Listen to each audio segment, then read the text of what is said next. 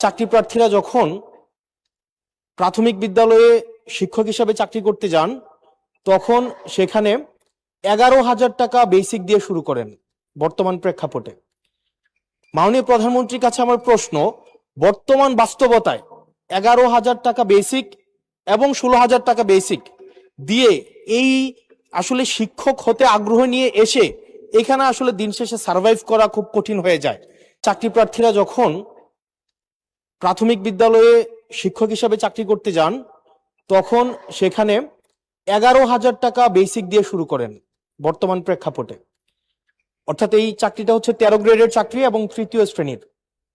একজন যখন সেকেন্ডারি এডুকেশনে চাকরি করতে যান তখন বেসিক বেতন পান 16,000 টাকা। এটা 10ম গ্রেডের এবং দ্বিতীয় শ্রেণীর চাকরি। আমাদের দেশের প্রাথমিক শিক্ষা এবং মাধ্যমিক শিক্ষা এই দুইটা হচ্ছে ফিডার ইনস্টিটিউশন। আমরা যদি ভালো শিক্ষার্থী ফিডার ইনস্টিটিউশন থেকে আমরা টারশিয়ারিতে পাঠাতে পারি তাহলে সেখানে একটা রিসার্চ বেসড আমরা একটা আউটকাম পাবো। মাননীয় প্রধানমন্ত্রীর কাছে আমার প্রশ্ন, বর্তমান বাস্তবতায় 11,000 টাকা বেসিক এবং 16,000 টাকা বেসিক দিয়ে এই আসলে শিক্ষক হতে আগ্রহ নিয়ে এসে এখানে আসলে দিন শেষে সার্ভাইভ করা খুব কঠিন হয়ে যায়। সেজন্য তাদের বেতন বৃদ্ধির জন্য যাতে করে বেশি বেশি মানুষ বা শিক্ষার্থী এই ধরনের চাকরিগুলি করতে আগ্রহী হয় সেটার জন্য আপনার বিশেষ কোনো পরিকল্পনা রয়েছে কিনা সেটি জানতে চাচ্ছি মাননীয় স্পিকার। মাননীয় প্রধানমন্ত্রী।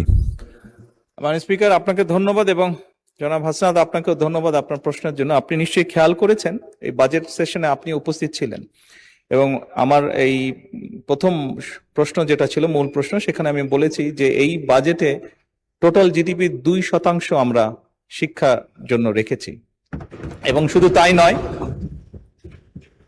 আমাদের যেটি পরিকল্পনা আছে আমরা পরিকল্পনার মতন যদি আগাতে পারি ইনশাল্লাহ আমরা শিক্ষা খাতে বাজেট 5 বছর শেষে 5% নিয়ে যেতে চাই।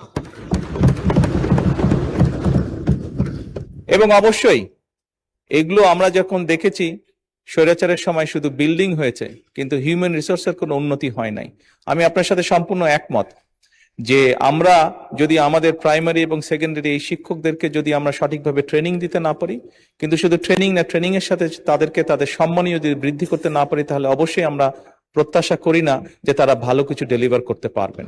আমাদের তাদেরকে প্রশিক্ষণ দেওয়ার যেরকম কর্মসূচি রয়েছে, প্রশিক্ষণ দেওয়ার যেরকম পরিকল্পনা রয়েছে বোথ সেকেন্ডারি অ্যান্ড প্রাইমারি, একই সাথে পর্যায়ক্রমিক ভাবে আমরা যাতে তাদের সম্মানীয় বৃদ্ধি করতে পারি। প্রাইমারি স্কুলের শিক্ষকরা তাড়াতাড়ি করে ক্লাস করিয়ে হয়তো আরেকটি সেকেন্ড একটি কোনো জবে অথবা কৃষিকার্যে যেটাই হয় একটি সেকেন্ড জবে তাকে যেতে হয়, তা না হলে তার জন্য সংসার চালানো কষ্টকর হয়ে যায়। সেকেন্ডারি স্কুলের ক্ষেত্রে আমরা অনেক শিক্ষকের ক্ষেত্রেই দেখেছি এরকম ঘটনা ঘটে।